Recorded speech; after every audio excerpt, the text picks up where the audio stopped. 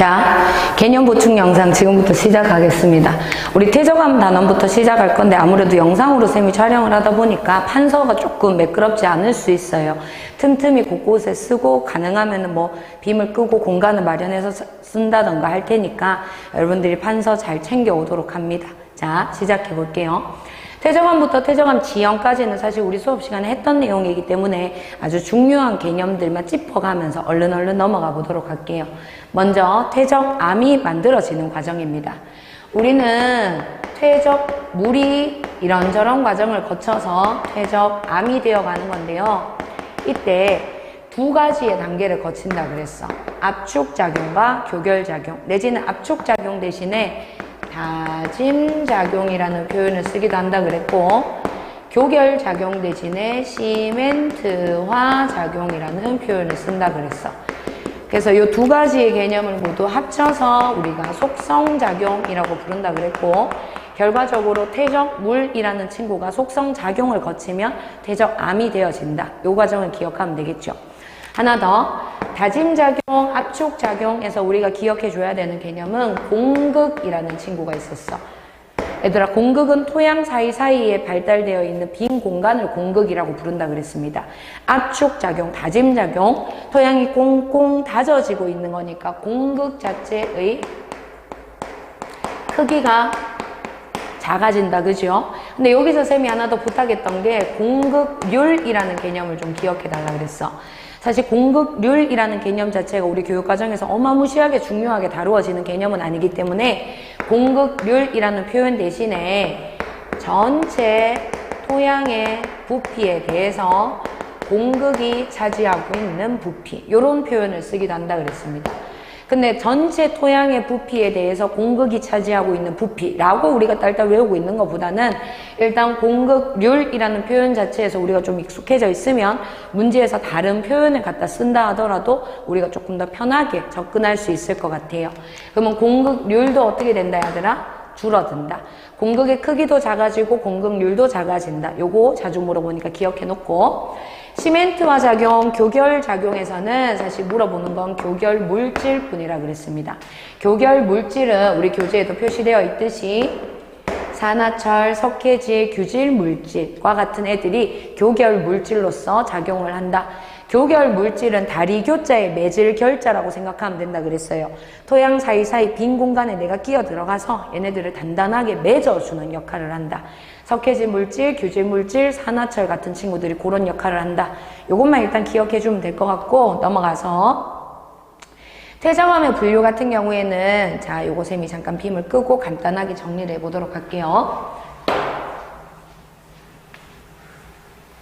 자, 퇴적암의 분류는 일단 쇠설성 퇴적암과 화학적 퇴적암, 유기적 퇴적암 이렇게 나뉜다 그랬어요. 그래서 화학적 퇴적암은 말 그대로 화학적인 과정, 이를테면 침전이라는 과정을 우리가 주로 기억을 해주자 그랬죠. 물론 과거에는 침전의 과정과 더불어서 뭐 증발이라던가 다른 과정을 언급한 적도 있었는데, 지금 현재 교육 과정에서는 화학적 퇴적암은 침전의 과정을 거쳐서 뭐 만들어진다, 내지는 화학적인 방법을 이용하였다, 이런 표현들 기억해 주면 좋을 것 같아요.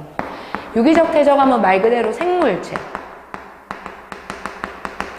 요 포인트만 잡고 기억을 하면 될 것 같고, 자, 쇠설성 퇴적암에서 쌤이 강조했던 것은 쇠설성 퇴적암 자체가 두 가지로 나뉜다 그랬습니다. 이를테면 우리가 흔히 알고 있는 풍화나 침식의 과정을 통해서 만들어지는 쇠설성 퇴적암이 있고, 또한 화산 분출에 의해서 만들어지는 쇠설성 퇴적암이 있다 그랬어. 물론 두 친구 모두 입자의 크기를 가지고 분류를 해준다. 이 포인트를 잡아주면 좋을 것 같습니다. 물론 수능에서는 입자의 크기를 직접적으로 물어보는 문제가 잘 안 나왔었어. 물론 지금부터는 좀 나오기 시작하고 있습니다. 그래서 기억은 해줘야 돼요. 알겠지요? 그래서 각각 일단은 머릿속에 쇠설성 퇴적암은 풍화 침식에 의한 거, 그리고 화산 분출에 의한 거, 요거 두 개를 먼저 새겨놓고 이거든 저거든 간에 입자의 크기를 가지고 구분하는구나. 요 기준. 먼저 막 숫자만 가지고 막 들이대는 거는 별로 좋은 방법은 아닙니다. 일단 큰 틀을 먼저 머릿속에 세워놓고 그 다음에 세부적으로 입자의 크기까지 같이 기억해주면 될 것 같아요. 어떤 물질이 퇴적되어서 어떤 암석이 만들어지는가? 당연히 요거 물어보겠지요. 특히나 화학적 퇴적암, 유기적 퇴적암에서 겹쳐지는 애들이 있어. 이를테면 석회암, 이런 것들. 그러면 만약에 석회 물질이 침전되었다. 그러면 같은 석회암 중에서도 화학적 퇴적암이구나. 요걸 기억해야 되고, 만약에 석회 물질로 이루어져 있는 생물질, 이를테면 뭐 산호, 요런 친구들, 요런 애들이 퇴적되어서 만들어졌다. 아, 그러면 같은 석회암이지만 유기적 퇴적암이구나. 요렇게 기억을 해줘야 돼. 되겠지요? 자잘한 구분은 여러분들 스스로가 정리할 수 있도록 하고, 밑에 퇴적 구조 역시나 마찬가지. 퇴적 구조도 매우 중요하게 언급되어지는 내용인데 하나부터 10까지를 우리가 다 이야기를 할 수 없으니까 쌤이 간단하게 한번 정리하기 위해서 맨 마지막 페이지에 있는 요 표 한번 채워보겠습니다. 자, 우리 점이 층리 같은 경우에는 얘들아 층리라는 표현 자체가 층층이 쌓여있는, 즉 퇴적하면서 발견되어지는 줄무늬 구조를 층리다 이렇게 불렀었지요. 점이 층리는 층층이 쌓여있기는 해요. 하지만 입자의 크기가 달리 나타난다 이 말이지. 무슨 말이냐면 요 그림에서 살펴보았을 때 위로 올라갈수록 입자의 크기가 작게 나타나고 있습니다. 그럼 이런 친구들 점이층리라고 부르는 거고, 만들어지는 원인은 퇴적 물질들 사이에서의 침강의 속도 차이였어. 입자가 큰 놈은 아무래도 무겁기 때문에 먼저 퇴적될 거고, 입자가 작은 놈은 아무래도 위에 동동 뜰 거고, 입자의 크기 차이에 따라서 침강의 속도 차이가 발생한다. 요걸로 인해서 점이층리가 만들어졌다. 이렇게 정리하면 될 거고, 환경 같은 경우에는 일단은 수심은 깊어야 돼, 얘들아. 외우지 말고 생각해보자 그랬지요. 큰 놈, 작은 놈, 자신의 중력에 충실하면서 가라앉을 수 있는 충분한 깊이가 이제 허락이 돼야 된다 그랬어요. 그래서 수심이 깊어야 된다. 요게 1순위 조건인데, 사실은 이거보다 좀 더 자주 물어보는 거는 유속이 느려지는 곳이다. 요런 표현을 쓴다 그랬죠. 수심은 적당히 깊기만 하면 돼. 근데 유속이 느려지는 경우, 이런 것처럼 큰 거 작은 거 왈랄랄라 쏟아지다가 갑자기 부하 퇴적이 되어야지 이런 점이층리 구조가 잘 나타날 겁니다. 요런 저런 환경적 조건을 모두 만족하고 있는 곳이 일단 대륙, 대지역이 있을 거고, 상대적으로 수심이 깊은 호수 지역에서도 가능할 거다. 요거 같이 기억해주고, 사층리 역시 층리는 층리인데 얘들아, 기울어져 있는 층리입니다. 어디로? 요렇게 요렇게, 얘도 요렇게 요렇게. 사층리 구조에서 우리가 제일 먼저 기억해야 될 것은 물이나 바람이 흐른 방향을 읽어낼 수 있어야겠죠. 쌤은 개인적으로 사층리에서 역정 구조 요거 잘 챙기라고 이야기해놨습니다. 우리 본 교재에 있는 그림 확인하고 잘 모르겠으면 쌤한테 다시 이야기하도록 합니다.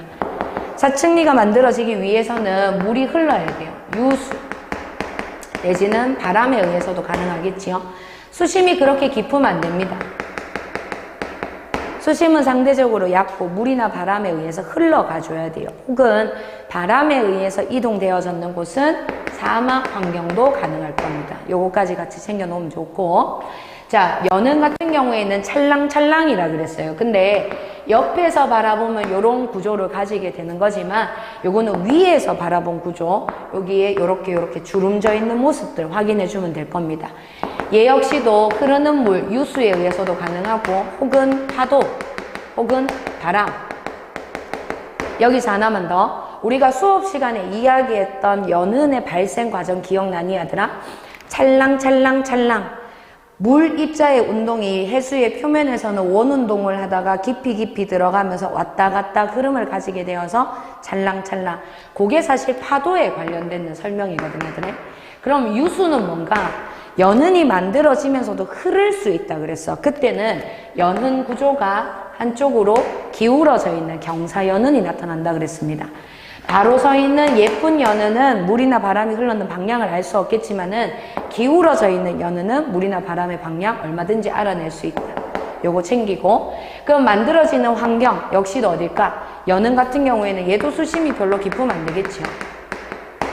수심이 얕은 지역 이거나 혹은 사막 같은 환경에서 충분히 가능할 거다. 요거 챙겨놓고. 건열은 말라서 찢어진 거라 그랬습니다. 쩍쩍. 자, 건조한 기후에 노출되었다. 요 표현을 잘 기억하자 그랬어.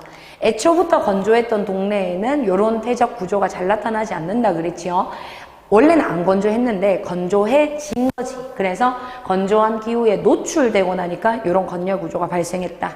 그래서 사막과 같은 건조한 지역에서 잘 만들어질 거다. 단 여기서 쌤이 몇 가지만 좀 강조를 하자면 첫 번째, 얘들아, 측리면과 단측면이라는 표현을 꼭 기억해 달라 그랬어. 자, 지층을 요렇게 그려보았을 때 요 윗면, 여기는 지층의 층층이 경계면이라 그래서 여기를 측리면이라고 부를 수 있다 그랬죠. 반면에 여기 세로 옆면, 여기는 지층의 단측면이라고 부른다 그랬습니다. 따라서 우리가 태적 구조를 측리면에서 관찰했는 건지 단측면에서 관찰했는 건지를 꼭 구분을 해달라 그랬어요. 예를 들면 점이층리나 사층리 같은 경우에는 무조건 옆면에서만 볼 수 있습니다. 그래서 단측면, 단면, 지층, 지층의 단측면 말이 이상하다 하더라. 지층의 단면.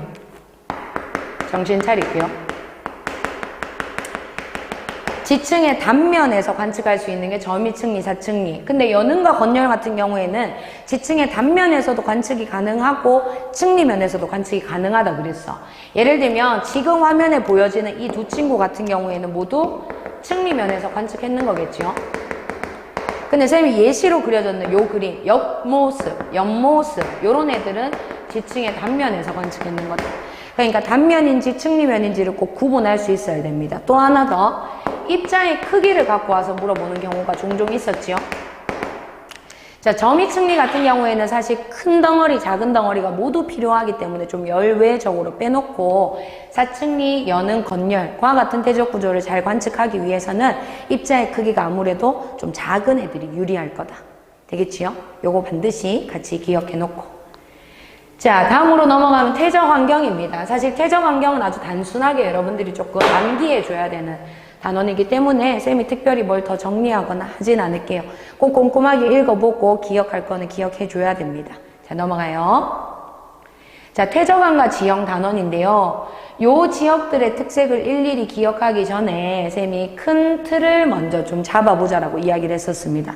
자, 우리나라에 위치하고 있는 퇴적암 지형을 먼저 시대의 순으로 크게 나누어 보겠다 그랬어요.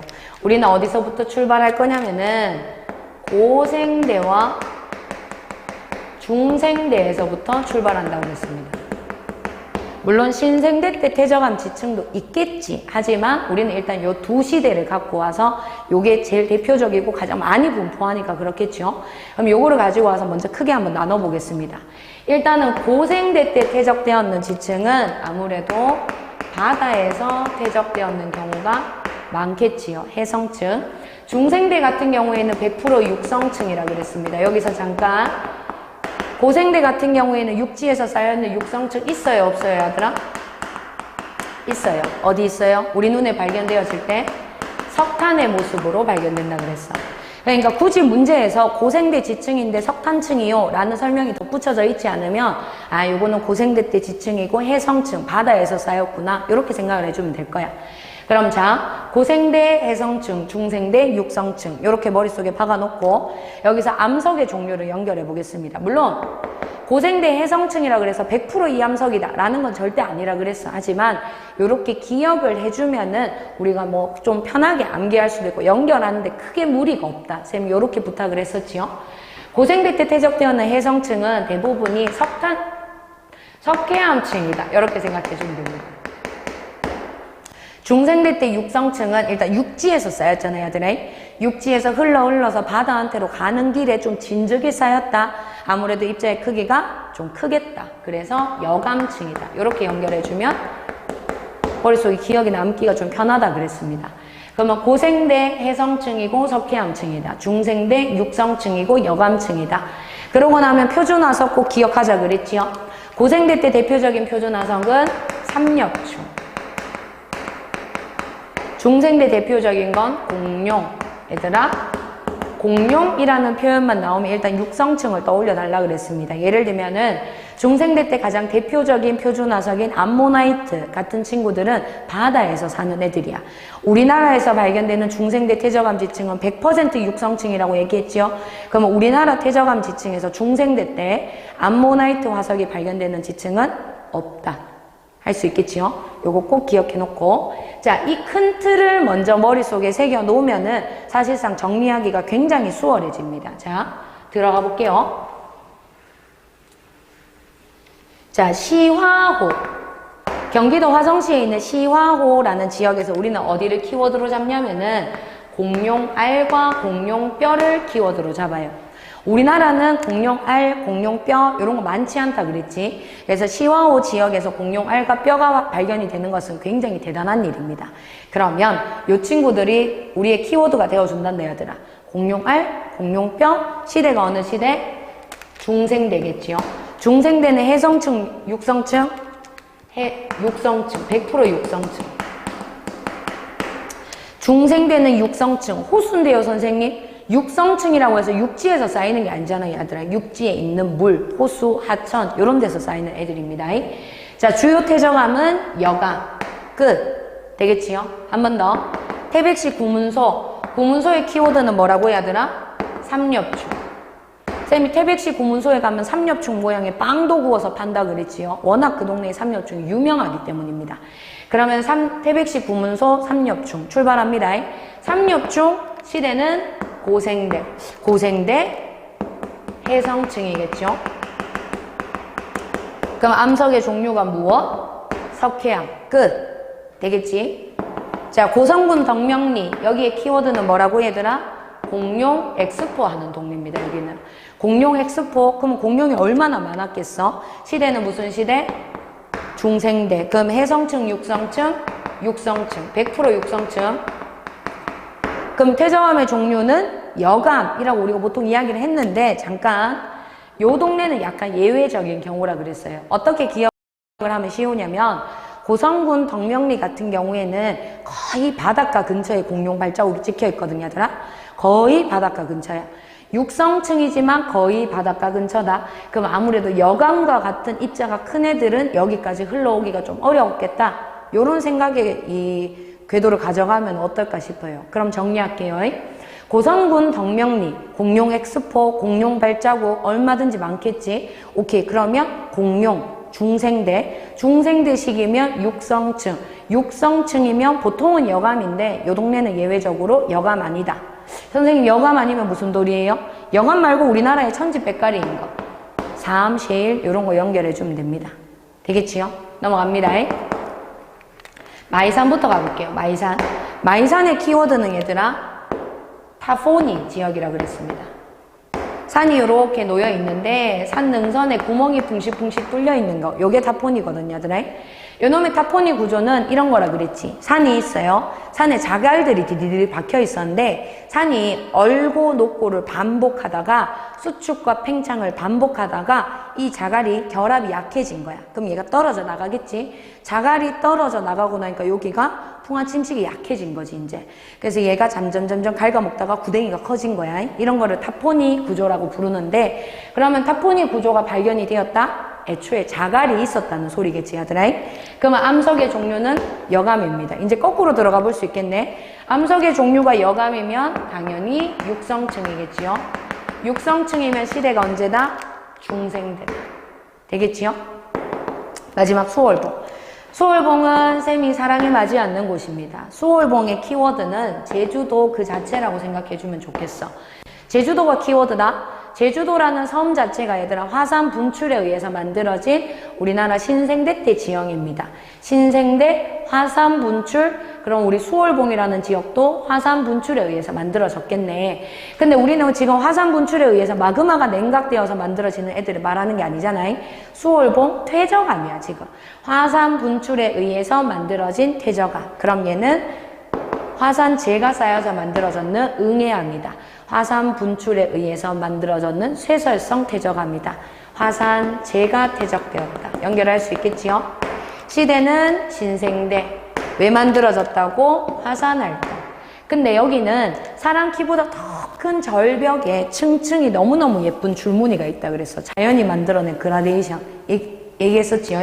그럼 여기는 층리 구조가 발달되어 있고 층리가 이렇게 층층이 쌓여 있는데 화산재가 채 굳기 전에 어떤 덩어리가 툭 떨어져서 이 층리가 이렇게 휘어져 있는 구조가 나타난다 그랬지요. 그래서 화산탄 때문에 퇴적층이 눌린 구조가 관찰된다. 이렇게 친절하게 줄줄이 이야기할 수도 있고 요거를 탄낭 구조다. 이렇게 부를 수도 있다 그랬어. 여기까지 되겠지요? 그럼 다 왔어 이제. 자, 쌤이 채석강을 왜 마지막으로 뺐냐면 쌤이 제발 부탁해달라 그랬어. 채석강의 키워드는 다 있다 였습니다. 모든 지형에 다 있어요. 이 동네는 야외 지질 학습장의 최적지다. 이렇게 부른다 그랬지요. 그러니까 우리가 지금 퇴적암 단원에서 배우고 있긴 하지만은 퇴적암뿐만 아니라 화성암도 있고 변성암도 있고 뭐 여는 층리, 뭐 건열, 단층, 습곡 말할 것도 없어요. 파도에 의해서 깎여져서 만들어졌는 해식, 절벽, 뭐 별의별 거 다 있습니다. 근데 너무 다 있다에 꽂혀버리니까 우리가 이 지역에 대한 특성을 놓치는 경우가 있더라고. 그래서 쌤이 좀 부탁을 하는 건데 잘 봐. 채석강 지역은 강이지만 여기 격포리 해안이라고 부를 수도 있다 그랬어요. 실제로 강이라는 명칭이 들어있긴 하지만은 이 지역을 지도에 검색해서 가보면은 바다 지형이라고 했습니다. 해안가예요. 그럼 봐. 강인데 바다니까 이상해. 바다인데 육성층이니까 이상해. 이렇게 기억하자 그랬죠.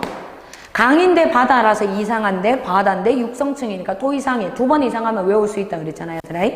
육성층 지역입니다. 시대는 중생대 시기일 거고 암석의 종류는 여가입니다. 특징은 여기 나오는 다 있다. 이렇게 기억해 주면 돼요. 할 수 있겠지요? 자, 퇴적암 지형까지 일단 정리하고 끊어서 가겠습니다.